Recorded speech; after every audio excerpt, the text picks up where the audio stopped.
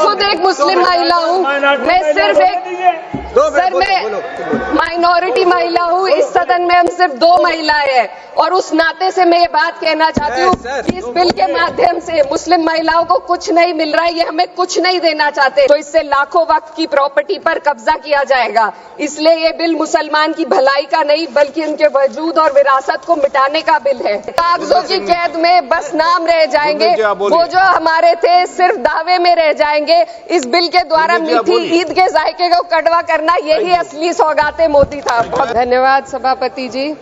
मैं सबसे पहले दाद देना चाहती हूँ इस बिल के टाइमिंग की कि अभी ईद की रौनक बुझी भी नहीं थी और हमारी जड़ों पर एक नया फरमान लाया गया। पहले उत्तर प्रदेश में मुसलमानों को नमाज पढ़ने पर रोक लगाई और फिर सौगात में ये बिल लाया गया। निसार में तेरी गलियों पे है वतन, जहाँ चली है रिवाजो गैर कि कोई ना सर उठाकर चल सके।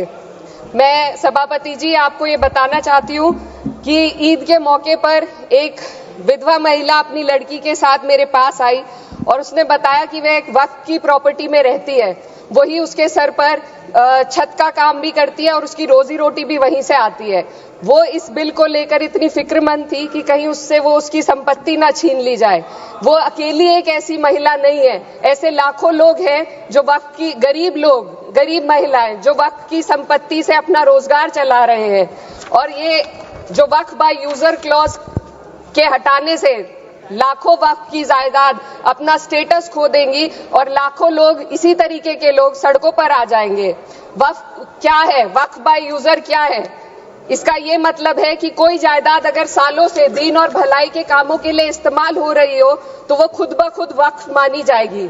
हिंदुस्तान की अदालतों ने भी इस बात को तस्लीम किया है।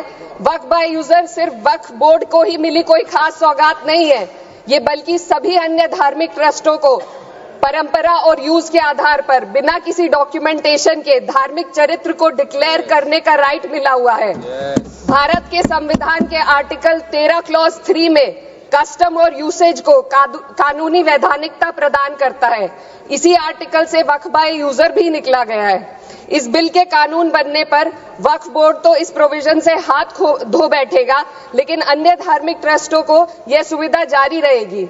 इससे भारतीय संविधान के आर्टिकल 14 और 15 का सीधा उल्लंघन है, जो धर्म और जाति के आधार पर भेदभाव और कानून के सामने सभी की बराबरी पर जोर देता है। मैं इसके साथ ये भी कहना चाहती हूँ कि सत्ता के लोग जो एक दूसरे की पीठ थपथपा रहे हैं कि वक्फ बाय यूजर का जो अमेंडमेंट इन्होंने दिया उसको एक्सेप्ट कर लिया गया है, लेकिन इनकी शरारत यह है कि उसके साथ ही एक ऐसा प्रोवाइजो इसमें शामिल किया गया जिसके आधार पर यह कहा गया है कि अगर कोई भी वक्फ की संपत्ति विवादित हो तो वो अपना वक्फ स्टेटस खो देगी। तो जो अमेंडमेंट इन्होंने दिया है जिसको एक्सेप्ट कर लिया गया है उसका कोई मतलब नहीं है, ये इनकी नीयत है जो साफ जाहिर हो रही है। सोने पर सुहागा एक काम और किया है, सरकार ने वक्फ की कानून के सेक्शन 107 को हटाकर लिमिटेशन एक्ट में 12 साल तक ही किसी के खिलाफ अदालत में जाने का प्रोविजन है।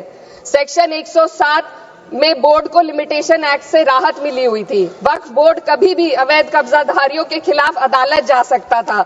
अगर ये सेक्शन ना हो तो अवैध कब्जा करने वाले लोग कानूनी प्रक्रिया का फायदा उठाकर वक्फ की प्रॉपर्टी को हड़प सकते हैं। अन्य धार्मिक